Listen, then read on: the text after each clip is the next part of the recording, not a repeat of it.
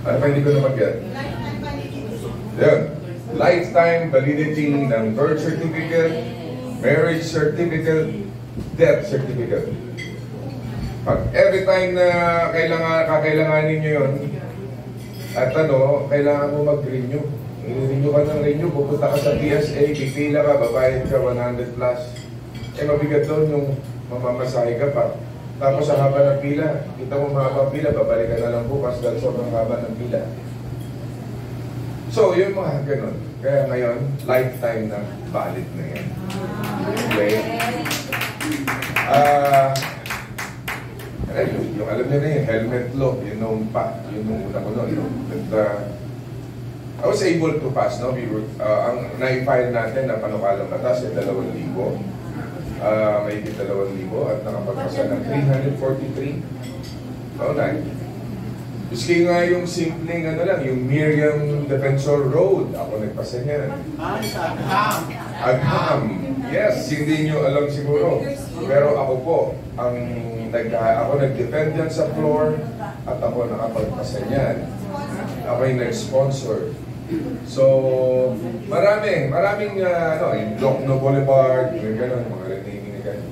So, maliban pa doon sa mga public works na trabaho, but ang isa pang binibigyan natin ngayon ng pansin, di ba yung sa senior citizen, ito yung mga iniisip ko namang gagawin ko. Yung senior citizen, di ba, when you reach 60, senior ka na. Ang gagawin ko, 56 pa lang, senior citizen na. Okay, yeah? Pero 10% lang. 10% lang. Hindi senior na, junior senior citizen. Yes! 10% discount lang.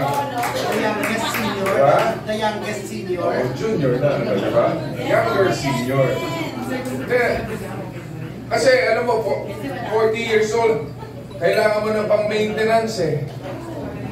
Kailangan mo na ng gamot, pambili ng, di ba, yung mga ganon, may mga benepisyo, but mas mababang level compared to the regular senior citizen. So, yan. Yung sa government employees, nakasala ngayon, yung optional retirement age. From 60, gagawin ko rin 56. Kasi, yung ating mga government employees, at the age of 60, doon pa lang sila mag-retire, di ba? Yung iba, gusto na mag-retire ng mas maaga kasi may mga nararamdaman na. No? Meron ng sakit sa puso, masakit na maglakad, malamatindi na yung rayuma, so they want to avail na yung kanilang yung early retirement benefits. So, kaya napakahirap na para sa kanila.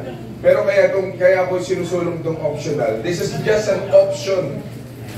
We're just giving them an option to retire early. Hindi to mandatory.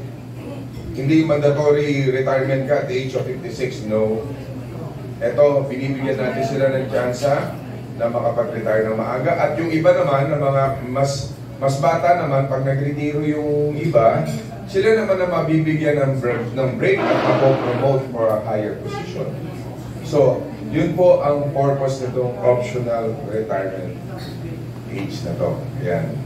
So, ano ba? May nakalimutan ako? Okay na. So, yun po, mga kapatid sa industriya.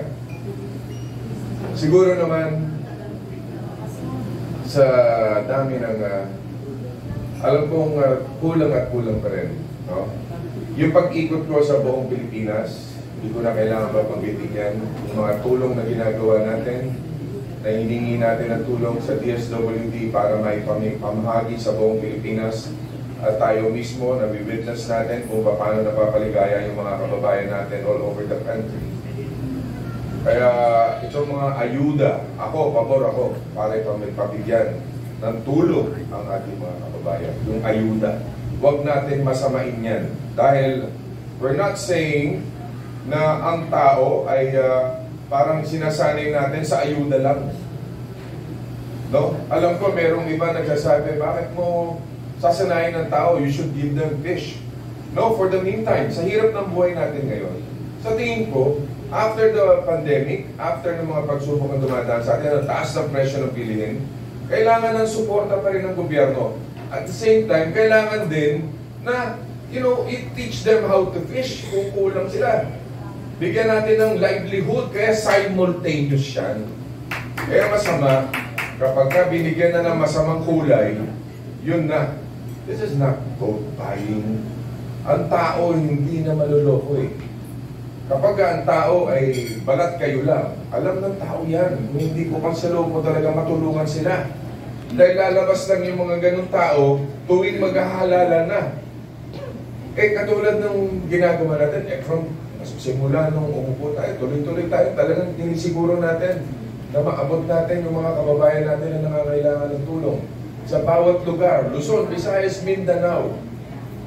Kaya, para sa akin, ang panahon na to, dapat siguro ang sambayan ng Pilipino, huwag tayong mahati sa dalawang kulay o mag-away-away ng dahil sa politika.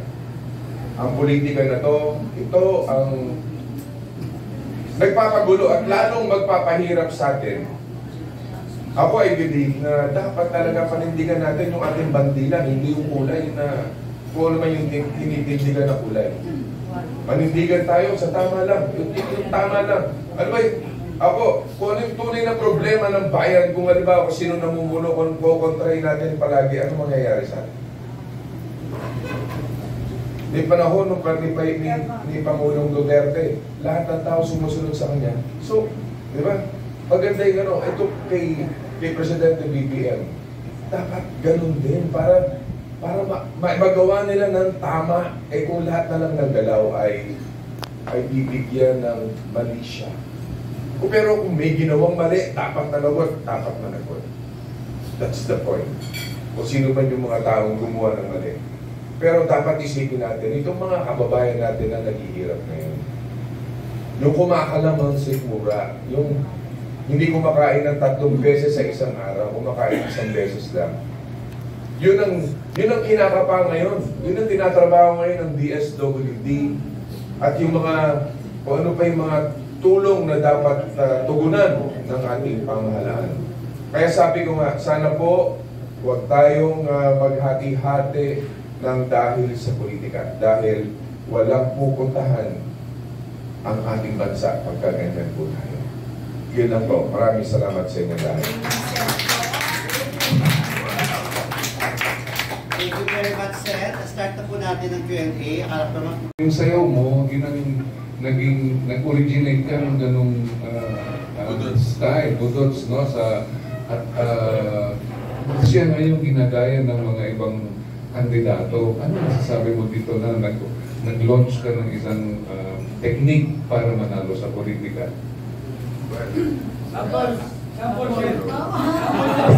Ayun na. Hello. Yan. Clear na, sir. Yun yung sinasabi nila kasi na nag-budots lang si Bong Revilla, nanalo na ng 2019. Yes. No? Oo. Yan. Kaya nagtrabaho ko, nag-perform ako, pinakita ko sa kanila, hindi budots siya. Nang binudots natin, ito yung mga batas na naipasa natin. Pero ngayon, yung budots na yan, ginagaya na rin, di ba? Yes. Hindi, sayaw tayo lahat para happy. Ang wait lang dyan sa budots, aksidente lang yan. Actually, hindi naman talaga ako magaling mag-budots eh. Ganun lang ako record. Ang nag-push lang sa akin yan nung sinunod namin yan, si Jolo. Papa, sayaw ka. Sabi ko, paano ba yun? Ganun ka lang. Kaya ganun nga ako. Tapos lumabas na ang cute kasama ko yung mga apo ko doon.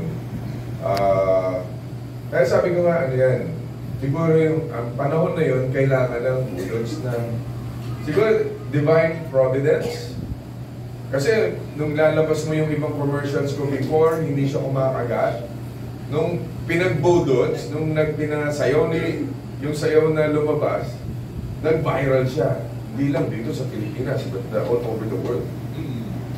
billion views yan, billion, B. So, kaya nagpapasalamat ako. Until now, nandun pa rin yan. Nagpa-viral pa rin yan sa Asia. Itong bago naman na jingle natin, naka-copyright pa kasi, kaya hindi pa siya nagba-viral. Pero tinanggal na yung copyright, so kung pwede na lang gamitin yung music. So anytime, kung pwede na rin Nandito na mag-viral na. Nandito na si Bong Revilla, number 11 sa balota. Dati number 16. Yan. Meron ba tayong video dito?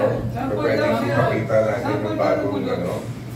Then kung meron tayong TV, baka po pwede mong hiram, projector, para ipakita lang natin yung bagong Bulldogs commercial ko na hindi pa na ipapakita sa new version ng Bulldogs. share na lang. So yun, yan kaya Nestor. Thank you, salamat. Thank you. Ayan sila yan. Ano.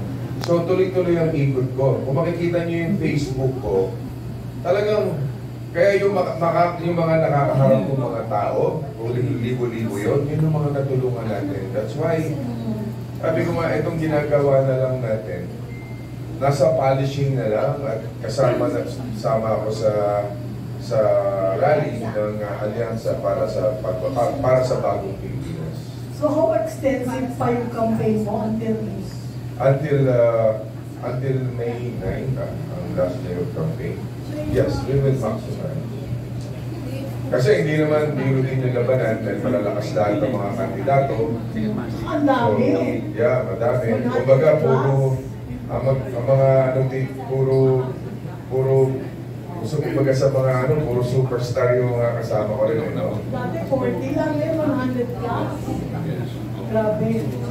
Kaya hindi po pwedeng mag-kumpiyansa. Okay. Thank you.